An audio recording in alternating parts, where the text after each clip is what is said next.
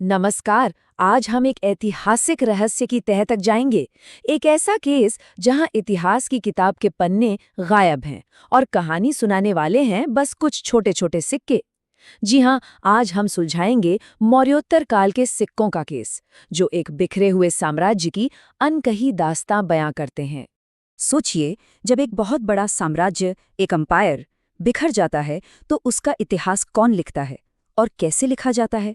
अक्सर जवाब बड़े बड़े महलों या शिलालेखों में नहीं, बल्कि उन छोटी छोटी चीजों में छिपा होता है जो पीछे छूट जाती हैं। और इस केस में हमारे सबसे बड़े गवाह, सबसे बड़े सुराग हैं सिक्के। इन्हें सिर्फ धातु के टुकड़े मत समझिए, ये एक तरह से टाइम कैप्सूल हैं जो हमें उस दौर के राजाओं, उनकी सोच, उनकी संस्कृति और उनकी टेक्नोलॉजी के बारे में सब कुछ बताते हैं। तो चलिए इस पड़ताल को शुरू करते हैं। तो हमारी कहानी की शुरुआत होती है लगभग 185 ईसा पूर्व के आसपास, जब भारत का विशाल मौर्य साम्राज्य बिखर गया। अब जब इतनी बड़ी ताकत का अंत होता है तो एक पावर वैक्यूम बन जाता है, और इसी खालीपन ने कई नई शक्तियों को उभरने का मौका दिया, जिसने भारत का नक्शा हमेशा के लिए बदल कर रख दिया। तो हमारी जासूसी का पहला सुराग हमें मिलता है मौर्यों के ठीक बाद आने वाले शुंग राजवंश से। उनके सिक्के बड़े दिलचस्प हैं। वो दिखाते हैं कि कैसे उन्होंने मौर्यों की विरासत को तो आगे बढ़ाया, लेकिन साथ ही अपनी एक नई पहचान बनाने की कोशिश भी शुरू कर दी थी। आप जरा इस स्लाइड पर गौर कीजिए। यहाँ हमें एक बहुत बड़ा टेक्निकल सुराग हाथ लगा है। देखिए, बाईं तरफ हैं मौर्य काल के पंचमार्क सिक्के, जिनका कोई तय आकार नहीं है, टेढ़े मेढ़े हैं, निशान भी धुंधले से हैं। और दाईं तरफ हैं डाई स्ट्राइकिंग तकनीक से बने नए सिक्के, एकदम गोल, और उन पर तस्वीरें बिल्कुल साफ सुथरी। ये सिर्फ एक छोटा मोटा बदलाव नहीं था, ये सिक्का बनाने की दुनिया में एक क्रांति थी। तो सवाल ये है कि ये डाई स्ट्राइकिंग तकनीक आखिर काम कैसे करती थी? बहुत ही सरल लेकिन असरदार तरीका था। धातु का एक सपाट गोल टुकड़ा लिया जाता था, उसे दो सांचों के बीच, जिन्हें डाइज कहते हैं, रखा जाता था, और फिर जोर से एक चोट, बस हो गया काम। दोनों तरफ एक शानदार साफ तस्वीर छप जाती थी। चलिए, अब अपनी पड़ताल का रुख मोड़ते हैं भारत के उत्तर पश्चिम की ओर। यहाँ कहानी बिल्कुल अलग मोड़ लेती है। यहाँ हमें हिंद यवन, शक और कुषाण जैसी बाहरी ताकतों के सिक्के मिलते हैं, और ये सिक्के इस बात का सबूत है कि कैसे उन्होंने अपनी परंपराओं को भारतीय संस्कृति के साथ मिलाया, एक फ्यूजन तैयार किया। ये स्लाइड तो उस कल्चरल फ्यूजन का एक जीता जागता सबूत है। बाईं तरफ हिंद यवन सिक्के को देखिए। एक तरफ ग्रीक भाषा में लिखा है तो दूसरी तरफ भारत की खरोष्ठी लिपि में, मतलब एक ही सिक्के पर दो भाषाएं। ये उनके शासन का सबसे बड़ा सुराग है। और अब जरा दाईं ओर कुषाण सिक्के पर नजर डालिए।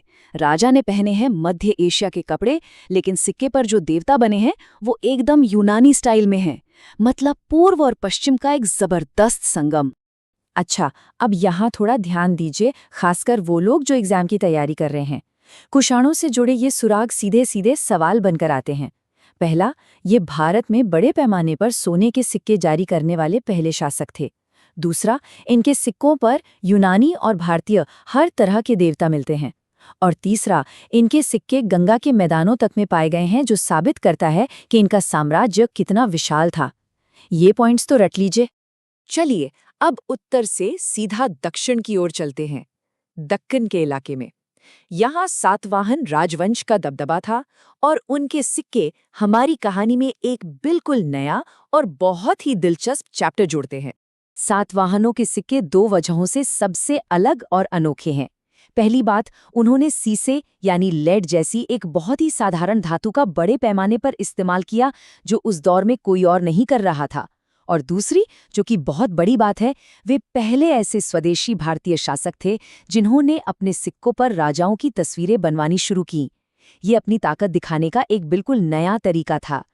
और ये स्लाइड दिखाती है कि उस जमाने में आइडियाज कैसे सफर करते थे। ये बड़ा मजेदार है। सातवाहनों ने राजाओं की तस्वीर बनाने का ये आइडिया सीखा पश्चिमी क्षत्रपों से, जिन्हें उन्होंने युद्ध में हराया था। और उन क्षत्रपों ने ये कला सीखी थी उत्तर पश्चिम के हिंद यवनों से। ये एक तरह की रेले रेस थी, जहां जीत और हार के जरिए कला और विचार एक राज्य से दूसरे राज्य तक पहुंच रहे थे। तो हमने सारे सुराग इकट्ठा कर लिए हैं, सारे सबूत हमारे सामने हैं।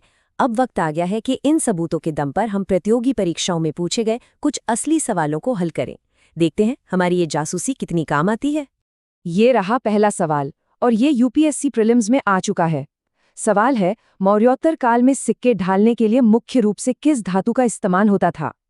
आपके ऑप्शंस हैं ए सोना, या बी तांबा, या सी लोहा। जरा याद कीजिए हमने क्या बात की थी। और इसका सही जवाब है बी तांबा। देखिए, ये सच है कि कुषाणों ने सोने के सिक्के चलाए, लेकिन वो बड़े लेन देन के लिए थे। आम जनता रोजमर्रा की खरीदारी के लिए सबसे ज्यादा तांबे के सिक्कों का ही इस्तेमाल करती थी, तो मुख्य धातु तांबा ही थी। ये एक बहुत जरूरी फैक्ट है। ठीक है, अगला सवाल, किन शासकों के सिक्कों में ग्रीक और भारतीय दोनों संस्कृतियों का मिश्रण दिखता है और जिन पर दो भाषाओं में लिखावट भी मिलती है? आपके विकल्प हैं ए शुंग, बी सातवाहन, या सी हिंद यवन। बिल्कुल सही, इसका जवाब है सी हिंद यवन। जैसा हमने देखा, उनके सिक्के ही तो उत्तर पश्चिम में यूनानी प्रभाव का सबसे बड़ा और पहला सबूत है, जिन पर एक तरफ ग्रीक और दूसरी तरफ खरोष्टी लिपि मिलती है।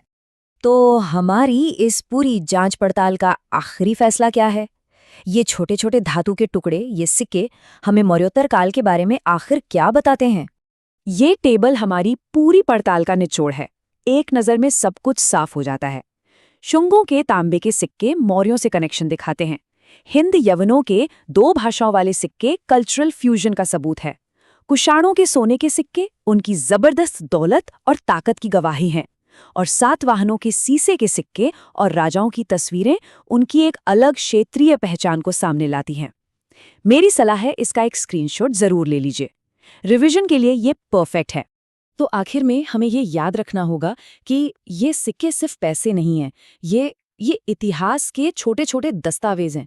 ये हमें एक साम्राज्य के बिखरने की, नई टेक्नोलॉजी के आने की और अलग अलग संस्कृतियों के मिलने से एक डायनामिक भारत के जन्म की कहानी सुनाते हैं। और अब मैं आप सबको एक आखिरी सवाल के साथ छोड़े जा रहा हूं।